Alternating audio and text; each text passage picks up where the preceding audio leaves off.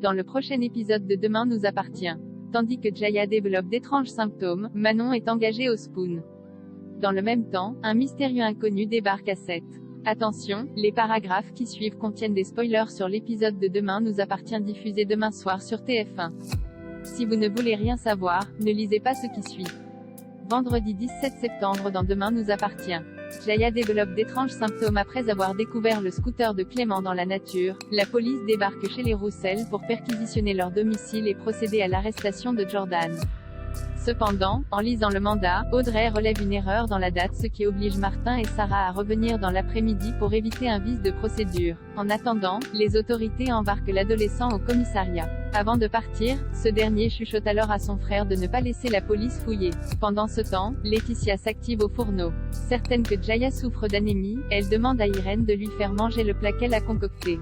Comme sa femme se montre particulièrement inquiète pour leur fille, Cédric, qui est infirmier, tente de la rassurer en mettant ses saignements de nez sous le coup de la fatigue. Non loin de là, Raphaël s'entretient avec Jordan. Se sentant en confiance, il finit par admettre qu'il a bien volé le scooter de Clément dans lequel se trouvait de la drogue et de l'argent qu'il a caché chez lui. Toutefois, Jordan jure qu'il n'a pas tué son camarade. Au cours de l'interrogatoire, Raphaël prend farouchement la défense de son client et empêche Martin d'obtenir des réponses.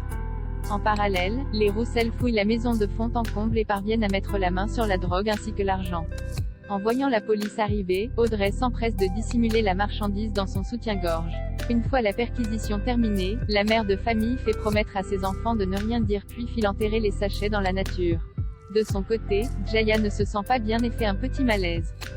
De retour chez elle, son état de santé prise de violentes crampes au ventre, elle voudrait appeler son père mais Laetitia pense que ce n'est pas nécessaire et qu'elle est juste fatiguée à cause de sa carence en fer.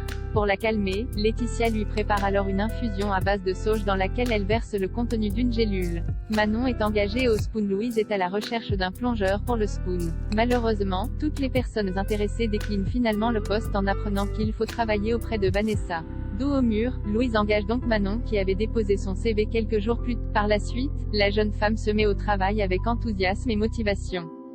Néanmoins, après avoir cassé une assiette, elle s'attire les foudres de Vanessa qui lui ordonne de nettoyer à nouveau la vaisselle propre. À la fin de la journée, Manon fait de nombreux compliments sur la cuisine de Vanessa. Des mots qui semblent plaire à la jeune chef qui promet de lui faire goûter son fondant au chocolat signature si elle fait du bon boulot. Un mystérieux inconnu débarque à 7. Monsieur Dumestre arrive en retard pour son cours de musique. En voyant Mona attendre devant sa classe, il la prend pour une inspectrice et lui refuse l'accès à son cours.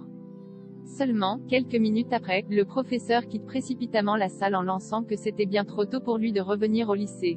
Immédiatement, Maud prévient Chloé qui promet alors de prévenir le rectorat pour obtenir un remplaçant au plus vite. Maud rejoint ensuite sa sœur à la paillote et lui raconte qu'elle a peur que Chloé ne parvienne pas à trouver un professeur de musique rapidement. Une discussion qui semble attiser la curiosité d'un homme assis à la table d'à côté. Plus tard, ce dernier rejoint sa chambre d'hôtel où il se coupe les cheveux avant de falsifier son diplôme sous le nom d'Apollon Régent. Après avoir enfilé un costume, Apollon sort une guitare de son étui et s'entraîne devant un miroir à dire qu'il est le prochain professeur de musique d'Agnès Varda.